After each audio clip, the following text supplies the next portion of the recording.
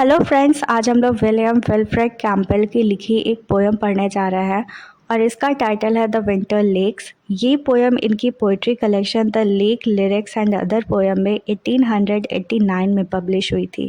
He was a Canadian poet and he was born on 1st June 1860 in Canada West and he was died on 1st January 1918। ये एक configuration poet थे। ये एक dramatist, novelist, short story writer, poet और एक critic भी थे। इनकी लिखी कुछ इम्पॉर्टेंट पोएट्री कलेक्शंस हैं, जैसे कि the sunshine and snowflakes in 1888, lake lyrics 1889, the dread voice and other poem in 1893, beyond the hills of dream 1899, sagas of वास्टर Britain in 1914। तो अब पढ़ लेते हैं इस पोएम को। इस पोएम में 6 स्टैंजा हैं और हर एक स्टैंजा में 4 लाइन्स हैं और इसकी इम्पॉर्टेंट थीम्स हैं death, hate, geography of Canada and nature. अब पढ़ते हैं इस पोएम को line by line. Out in the world of death, far to the northward lying, under the sun and the moon, under the dusk and the day, under the glimmer of stars and the purple of the sunset dying, wan and waste and white stretch the great lakes away। यहाँ पे Canadian atmosphere के बारे में बात हो रही है, specially जो फ्रोज़न लेक्स हैं उनके बारे में बात हो रही है और जिन्हें वर्ड ऑफ डेथ बोला जा रहा है। Out in a word of death, far to the northward line. और ये जो कनाडा है ये लोकेटेड है in the north part of North America, जहाँ पे जो एक्सट्रीमली कोल्ड मंथ होते हैं वो होते हैं जनवरी एंड फरवरी। इस मंथ में जो टेम्परेचर होता है वहाँ का -6 और -12 तक की पहुँच जाता है, जहाँ पे सनलाइट की कमी है और वहाँ पे शॉर्ट विंटर डेज होते हैं। Under the sun and the moon, under the dusk and the day. इस लाइन में बात हो रही है पैसेज ऑफ टाइम की और साइकिल ऑफ नेचर की। इस लाइन में जो फिगर ऑफ स्पीच यूज़ हुई है वो है जुक्सटापोजिशन, जिसमें 2 अलग चीज़ों को एक साथ रखा जाता है ताकि हाईलाइट किया जा सके उनके डिफरेंसेस को। सन एंड मून ये दोनों ही बहुत अलग हैं, इनमें डिफरेंसेस हैं। जैसे कि जो सन होता है वो जीवन, ऊर्जा और आशा का प्रतीक होता है और विंटर्स के टाइम में ये जो मून है वो लंबी रातों का प्रतीक है। तापमान बहुत तेज़ी से गिरने लगता है और लोग कठोर मौसम के लिए तैयार हो जाते हैं। Under the dusk and the day, यहाँ पे डस्क का मतलब है शाम का समय। यहाँ पे ट्रांजिशन हो रहा है from day to night. Under the glimmer of star and the purple of sunset dying, sunset के समय जो स्काई होता है वो पर्पल कलर का हो जाता है और वो ये शो कर रहा है कि अब दिन ख़त्म हो गया है और रात आ गई है। और ये जो नई रोशनी है वो है ग्लिमर ऑफ स्टार्स, यानी कि इस तारों की टिमटिमाहट।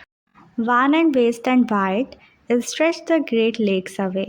वान का मतलब होता है बेरंग, जो कि कहा जा रहा है उस फ्रोज़न लेक को जो कि वेस्ट है और बिल्कुल सफ़ेद पड़ चुका है क्योंकि वो पूरी तरह से जम गई है। Stretch the great lakes away का मतलब है कि ये जो लेक है वो दूर तक फैली हुई है और जो पूरी लेक है वो जम चुकी है।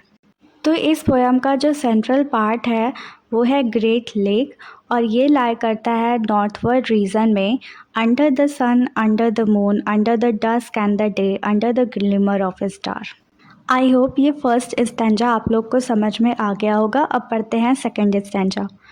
Never a bird of spring, never a laugh of summer, never a dream of love, never a song of bird, but only the silence and white, the source that grows chiller and dumber, wherever the ice winds sob and the grief of winter are heard। तो ये वो जगह है जहाँ की गर्मी यानी कि वार्म डेज की कमी है और इस वजह से हर जगह बर्फ़ ही बर्फ़ है, जो कि शो कर रहा है निराशा को और बेजान से मौसम को, जहाँ ना बसंत की यानी कि स्प्रिंग सीज़न में खिलने वाली कलियाँ हैं और ना ही गर्मी की हंसी। Never a bird of spring, never a laugh of summer, never a dream of love, never a song of bird. और यहाँ पे ड्रीम ऑफ लव ना होकर एक फीलिंग है लोनलीनेस की। यहाँ बर्ड्स के सॉन्ग भी नहीं सुनाई देते, यहाँ सिर्फ शांति है और हर जगह बर्फ़ की सफ़ेद चादर बिछी हुई है। But only the silence and white, the shores that grow chiller and dumber. Dumber का मतलब होता है मौन और चिलर का मतलब होता है ठंडा। तो इस लेक के जो किनारे हैं वो ठंडे और मौन हो चुके हैं। Wherever the eyes wind sop, the grief of winter are hurt. Sop का मतलब होता है सिसकना। तो जब भी ये बर्फीली हवा चलती है या सिसकती है तो जो विंटर के सीज़न का दुख है या विंटर्स का दुख है वो सुनाई पड़ता है। अब पढ़ते हैं third stanza. Cracks that are black and wet out of the grey lake looming, under the sunset flush and the pallid faint glimmer of dawn. Shadowy ghost-like shores where midnight surfs are booming, thunders of wintry woo over the spaces wan. Cracks का मतलब होता है पहाड़ की खड़ी चट्टान जिन पे चढ़ाई कर पाना बहुत ही मुश्किल होता है, और ये चट्टान ब्लैक हैं और वेट हैं यानी कि गीली हैं, जो शायद बर्फ़ के पिघलने की वजह से हुई हैं। इस वाइट लेक के सामने ये जो क्रैग हैं ये काले नज़र आ रहे हैं। इस लाइन्स में एक हॉरिबल सीन क्रिएट किया गया है। ग्रे कलर वहाँ के कोल्ड एटमॉस्फेयर को शो कर रहा है और जो कि शायद विंटर के क्लाउड की वजह से उस लेक की सरफेस पर रिफ्लेक्ट कर रहा है ग्रे कलर, और ये सब मिलकर एक हॉरिबल एटमॉस्फेयर क्रिएट कर रहा है। लूमिंग का मतलब होता है हॉरिबल या धुंधला, और ये जो ग्रे लेक है जो कि हॉरिबल है, लूमिंग है, वो है under the sunset flush and the pallid faint glimmer of town. तो इस लाइन में दो अलग चीज़ों की बातें हो रही है, जैसे कि सनसेट और सनराइज़, जिसे डाउन कहते हैं। तो सनसेट होते समय लालिमा होती है आसमान में जिसे फ्लश कहते हैं, और हल्का पीला रंग जिसे पैलिड कहते हैं। तो सनसेट के समय ये लालिमा होती है, और जब सूर्य उदय होता है तो हल्का फीका डिम कलर होता है जो कि दिखाता है कि अब सूर्य उदय हो गया है, यानी कि दिन की शुरुआत हो गई है। तो ये जो ग्रे लेक है वो किसके नीचे है? Under the sunset flush and pallid faint glimmer of town. Shadowy ghost-like shores where midnight surfs are booming, thunders of wintry woe over the spaces wan.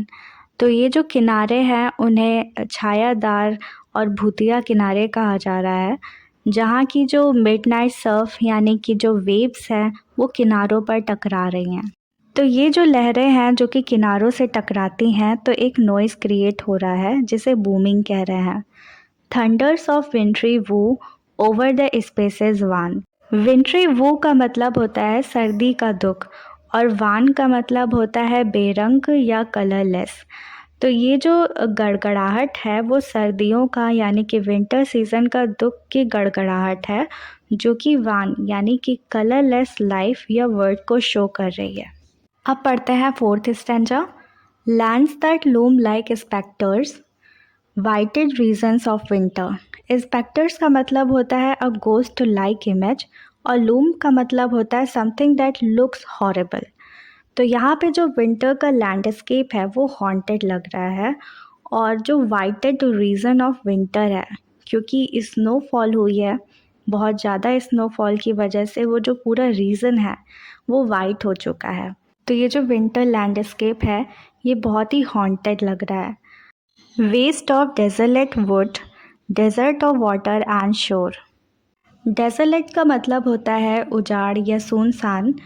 तो वहाँ के जो जंगल हैं वो उजाड़ हैं और सुनसान लग रहे हैं, जैसे कि हरियाली या ग्रीनरी वहाँ पर नहीं है, सिर्फ बर्फ़ और कोल्ड वेदर है, जिसकी वजह से इस लैंडस्केप को desert of water and shores कहा जा रहा है। जैसा कि रेगिस्तान होता है सूखा, ना वहाँ पर पेड़ होते हैं, वैसे ही इस लैंडस्केप या लेक को डेजर्ट ऑफ वाटर कहा जा रहा है। और शोर्स का मतलब होता है किनारे। तो इसके जो किनारे हैं वो भी लाइफलेस हैं, जहाँ पे मरीन लाइफ नहीं है, जो कि फिश, टर्टल, प्लांट्स ये सब होते हैं because of frozen landscape. A world of winter and death within these regions who enter, lost to summer and life, go to return no more. A word of winter and death कहा जा रहा है इस frozen lake को। Within these region who enter, तो जो कोई भी इस रीजन में एंटर करने की कोशिश करेगा वो दूर हो जाएगा, lost to summer and life. वो समर लाइफ से दूर हो जाएगा और ये वार्निंग है उन लोगों के लिए, क्योंकि here the death is permanent, क्योंकि ये पूरा फ्रोज़न लैंडस्केप है और जो कोई भी यहाँ एंटर करेगा वो अलग हो जाएगा लाइफ और आउटर वर्ल्ड की ग्रीनरी से। अब पढ़ते हैं 5th stanza. Moons that glimmer above, waters that lie white under. तो ये जो चांद है जो आसमान में ऊपर चमक रहा है, टिमटिमा रहा है, और ये जो पानी नीचे बह रहा है उस पे चांद की रोशनी पड़ रही है जिसकी वजह से उसका रंग सफ़ेद हो जा रहा है। Miles and miles of lake far out under the night. और ये जो लेक है वो मीलों तक फैली हुई है रात के अंधेरे के नीचे। Foaming crest of waves surf that shoreward thunder. Crest का मतलब होता है टॉप पार्ट ऑफ वेव, जहाँ पर झाग हैं। तो जब ये लहरें उठती हैं तो किनारों पर इसकी गड़गड़ाहट की आवाज़ सुनाई देती है। सर्व का मतलब होता है वेव्स और थंडर का मतलब होता है गड़गड़ाहट की आवाज़। Shadowy shapes that flee haunting the spaces white. तो ये जो शैडोई शेप्स हैं जो शायद हॉन्टेड इमेज हैं जो कि इस वाइट लैंडस्केप पर पड़ रहे हैं और गायब हो जा रहे हैं, ये शायद पोएट का भ्रम या इल्यूजन है। तो इस शैडोई शेप्स की वजह से ये जो प्लेस है ये और भी हॉन्टेड दिखाई दे रहा है। अब पढ़ते हैं इस पोयम की लास्ट स्टैंजा को। Lonely hidden base moonlit ice rimmed finding. Base का मतलब होता है खाड़ी, मूनलिट का मतलब होता है रोशनी या चांदनी से भरा हुआ चांद, आइस रिम्ड का मतलब होता है कि बर्फ़ से जमा हुआ या घिरा हुआ वो लेक, वाइंडिंग का मतलब होता है घुमावदार। तो ये जो खाड़ी है वो घुमावदार है जिसकी वजह से ये और भी हॉन्टेड लग रहा है, क्योंकि ये लोनली हिडन खाड़ी है और यहाँ पर रोशनी आ रही है और ये बर्फ़ से ढकी हुई है। देखने में ये हॉन्टेड या हॉरिबल लग रहा है। Fringed by forest and cracks, haunted by shadowy shores. Fringed का मतलब होता है डेकोरेटेड। तो ये जो लेक है वो डेकोरेटेड है फॉरेस्ट और क्रैक्स का मतलब चट्टानों से, और हॉन्टेड बाय शैडोई शोर्स, और इसके जो शैडोई यानी कि छायादार किनारे इसे हॉन्टेड बना रहे हैं। Hushed from outward stripe. Hushed का मतलब होता है शांत और आउटवर्ड स्ट्राइप का मतलब बाहरी दुनिया के संघर्षों से है। तो ये जगह बाहरी दुनिया के संघर्षों से अलग शांत है।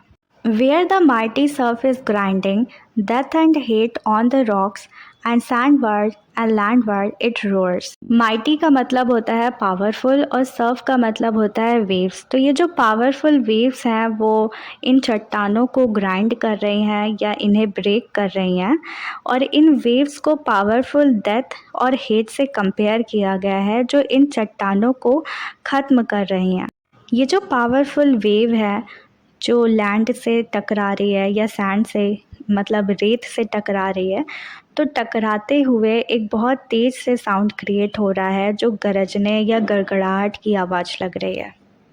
ये जो ग्रेट लेक है जो कि कनाडा लैंडस्केप का सेंट्रल पार्ट है, वो इस पोयम का सेंट्रल पार्ट रहा है, जिसे कभी ग्रे लेक कहा गया है या वर्ड ऑफ डेथ से कंपेयर किया गया है। तो ये पोयम द विंटर लेक का जो इम्पोर्टेंट पार्ट है वो ये ग्रेट लेक है जो कि नॉर्दर्न रीजन में लाई करता है। आई होप ये पूरी पोयम आपको अच्छे से समझ में आई होगी। इस पूरी पोयम में यही बताया गया है कि कैसे ये जो लेक है वो फ्रोज़न यानी कि विंटर्स के टाइम में जब बिल्कुल फ्रीज़ हो जाता है तो ये कैसे हॉन्टेड लगता है।